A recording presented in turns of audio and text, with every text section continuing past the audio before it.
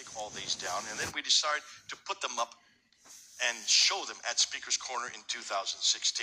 Look what happened when we showed them for the first time for the world to see. Okay, we ready for the video?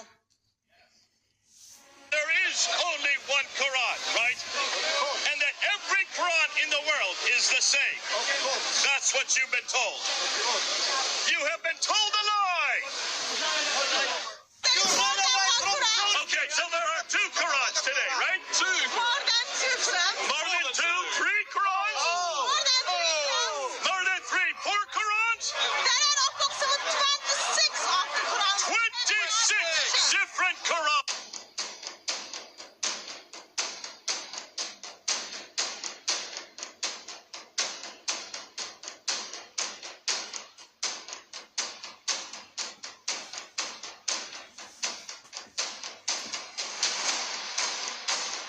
Oh, You guys get these Qurans! Get these Qurans and read them! We're just showing you. Oh, go ahead, start throwing things at them. It says they were lied to. They denied. Two different readings. That's the difference. Look, it was and which has the Dhamma. The difference is between Dhamma and Dhamma. Read it. Read it again.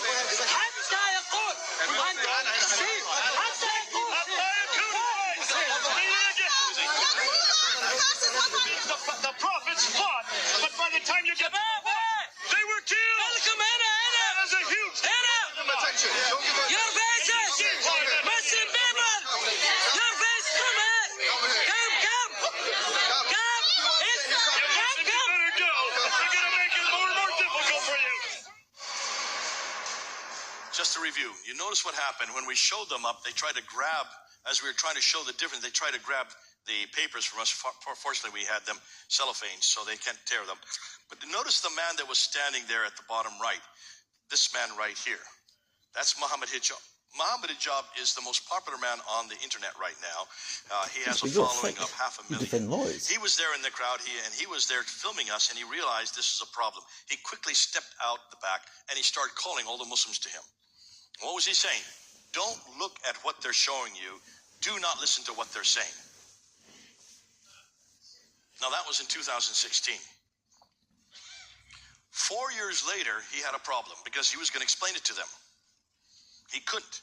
So in June 8th, 2020, he had a dilemma. He needed to figure out what to do. And so he decided to go to do a Zoom call with Dr. Yasser Qadhi, you saw earlier in that film clip that I showed you. Dr. Yasser Qadhi has a doctorate from Yale University in 1995 on this very material. Therefore, he's the world's leading scholar on the Qiraat and the Ahruf on these readings, these different readings. So Muhammad Hijab decided to go and ask him a question. And he's going to hold out his hand and ask, which Quran are you going to put on that blank sheet of paper? He wants to know. Because if this is the eternal Quran that cannot be changed, not one word, not one letter, not even one dot, then which is the one that was eternal, that was sent to Muhammad, that was written by Uthman? Sent to Muhammad between 610 and 632, and then were written down by Uthman in 652. That's what he's asking. A simple question, right? You would think it's a simple question. Watch what happens. Let's go ahead and run this. This is about 7 minutes long. Gives me time to sit down.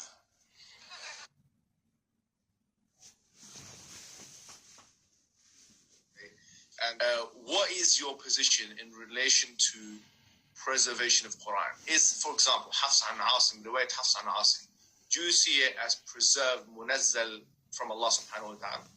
Or do you not see that as munazzal? What's your position? Jayid. Okay, so first and foremost, Allah subhanahu wa ta'ala says, Inna nahnu nazzal dhikra wa inna lahu lahafidhun. So we believe, as a matter of theology, as a matter of aqeedah, that Allah subhanahu wa ta'ala has preserved the Quran, no question about that. Now, as for the issue itself, every single student of knowledge knows, who studies ulum al-Quran, that the most difficult topics are ahruf and qira'at, and the concept of ahruf and the reality of ahruf, and the relationship of the Uthmanic Mus'haf with the ahruf, and the preservation of the ahruf. Is it 1, is it 3, is it 7, and the relationship of the qira'at to the ahruf. This is a topic that when you're the beginning student of knowledge, you're like, what is all of this going on here? When you go a little bit more, you learn to simply memorize what your teachers say and regurgitate it out. and you don't fully comprehend. When you do a deep dive is when things get very, very awkward and difficult. And this isn't new. This is from the time of the Sahaba. And this is not a joke, brothers and sisters. The issue of ahruf and qira'at caused confusion to somebody whom the Prophet ﷺ said, if you want to listen to the Quran directly, listen to Ubay. That I mentioned the crises that happened to me at Yale, my first year at Yale. It wasn't a crisis of faith, by the way. So I was very clear about this. People misinterpret it. It was a crisis of my understanding of knowledge. It was a crisis of what my teachers taught me. Alhamdulillah, alhamdulillah, as somebody who memorized the Quran as a teenager, alhamdulillah, in my entire life, I have never doubted that the Quran is divine. You cannot doubt that. And you listen to it, you recite it, you just cannot doubt that. It's never been an issue. This was the issue. That the issue of ahruf and preservation and qira'at and relationships between them, these are very, very difficult issues. And the most advanced of our scholars, they're not quite fully certain how to solve all of the unanswered questions in there. These issues should only be discussed amongst people who know what qira'at are and who understand some of these questions that are being solved. Traditional understandings of ahruf and qira'at cannot answer some of these pressing questions that are now being poked by our people outside of, by our academics, by their academics outside of the faith tradition. You see, in a Muslim environment, there's always some respect that we have for the Quran. We should. In a Muslim environment, we'll press a little bit, and then we'll say, okay, khalas, sami'na wa ata'na. And that's great, alhamdulillah. When you go to academia, they don't have that red line. And they're going to just, the famous story of the emperor with no clothes. They're going to just point out, no, that doesn't make any sense. Well, that's not true, and this and that. And they'll bring issues, which I'm not going to mention explicitly, that you know are true because they're in your own books. They're not inventing anything new. And it's very clear to you and to every single very advanced student and specialist that the standard narrative has holes in it. That's what I'm going to say.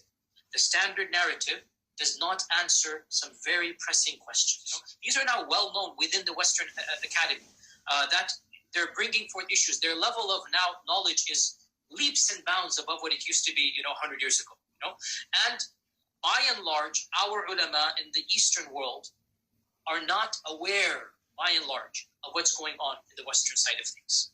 And they're not answering those questions in a manner that it needs to be answered. And this is something all of us that are in academia fully acknowledge. We have issues of the relationship, of the origins, of the ikhtilaf and all of this should only be discussed amongst those who are familiar with this science. And it takes a while. I can't answer this question in a 20-minute interview, nor is it wise to do so, which is why I never brought this topic up myself. You will not find one lecture of mine about this issue. It should never be brought up in public. And I don't like these idiots, and they are idiots, wallahi. This is not something you discuss amongst the masses, ya akhi. It's not wise. You don't understand qira'at, let it be. It's wise. That's why I never did it. It's the Western academics. These problems are now becoming mainstream. Twitter has so many accounts of Quran experts, and they're non-Muslims, and they're just saying things.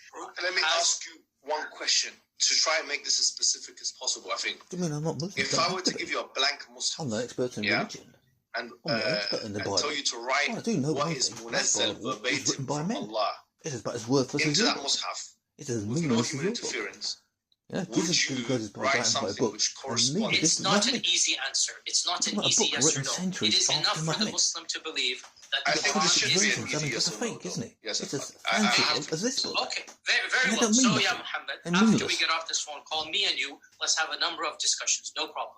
I'm very open with advanced students. But these issues should not... Look, it is kalamullah, what is going to be written. It is kalamullah. It is What would you write? You're pushing me. And I'm saying it's not hikmah to... Listen, I have a condition. Like I said, everything I say is going to be factual. The Quran is the uncreated speech of Allah. The Quran is preserved. The Quran is known. The Quran is mutawatir. And alhamdulillah, all of the qira'at are the Quran. All of the qira'at are authentic. Alhamdulillah. Leave it at that, ya akhi. Beyond this, honestly, I have no problem. We'll have a discussion or take my class. It is enough for the Muslim to know that the Quran is the speech of Allah that has been protected, and what we recite is the kalam of Allah. That is enough for the Muslim. Yeah, but then if I could push back here just a little bit, I know this is, I don't want to make it uncomfortable, but it's just to make things clearer. Like, if someone gave you a Quran which is empty in terms of There's nothing on it. And gave you a pen. Obviously, you have the Quran. But the question is, would what you write in that mushaf correspond with anything that we have in terms of the riwayat and the qira'at? Who's going to bring a new Quran? A'udhu billah. We're going to have the Quran there, but which qira'ah will it be in? It'll be probably a mixture, right? It's not going to be necessarily... Yeah, okay, so let's leave it at that. It's not going to be the exact Hafs and Asim bin Riwayat Fulan or Shu'bah. But you would have something which you say is sahih. Fully recognizable by the average. Obviously, So when you write, so just to Quran be clear, is just if full you of write down, fantasies like the it Bible might is, not isn't it? be a standard Hafs Written and by Asim. men, written by men too, man. Yes. It's talking semantics. What you It is write down, recognizable. Talking semantics to each other. it's recognizable, and you believe that everything within that is munazzal from Allah subhanahu wa ta'ala. 100% as Allah's my witness. 100%. You're conning the That is hell out of us, aren't you? That was kind of hard to listen to. We're a pack of lawyers. Forget everything. But did you notice what he was admitting? First of all, he says that Muhammad put out his hand. He said, which one are you going to write on it? And he said, this is the most difficult topic for Muslim scholars for the last 1,000 years. You don't tell this to converts. You don't even tell this to intermediate students. You only do this with advanced students, and then you do a deep dive. Take my class. He must have said that 3 times in the 28 minutes. I've just given you 7 minutes of it. Scholars for the last 1,000 years have not solved the problem of the Qira'at at all. Muslims have a respect for the Quran. When he was talked about Yale, we have a respect for the Quran. There are certain questions we just don't answer. We put a red line here. Did you hear that? But at Yale, there are no red lines. You can ask anything. Muhammad Hijab, was that when you had your crisis of faith? He said, no, not crisis of faith, crisis of knowledge is how he put it. And then he probably gave the most explosive line. You, in the East, your standard narrative has holes in it. Ooh, I love that. I just started clapping. Which narrative? Standard Islamic narrative. S-I-N. Sin has holes in it. So he coined the phrase, we're running with it since 2020. Western academics, he said, have jumped leaps and bounds on this issue. They look at the rest of us like an emperor with no clothes, he said. I've never lectured on this subject, nor will I ever. This is the man who got his doctorate on this subject, and in the last 25 years, he's never done a lecture on it. Why? If he's the world leading authority, will he not do a lecture on it? You'll see why. The subject should never be brought up in public. Don't ask me to say what should be written on the blank mushaf. And finally, he said, when pushed, will you recognize it as the Hafs and Asim? He says, parts of it, yes, but there'll be others as well. In other words, a little bit of Qalun, a little bit of Kisai, get all of them and just mix them up, and that's the Quran you have today. I just started clapping when I saw that. He had no idea what we know. He had no idea that there are 93,000 differences between these. You cannot just mix them all up, because no longer is there one standard Quran. Now, because of that, within 2 weeks, we were looking at both their sites, and there were hundreds of Muslims in the comments section saying, because of that interview, I have now left Islam. I have now left Islam.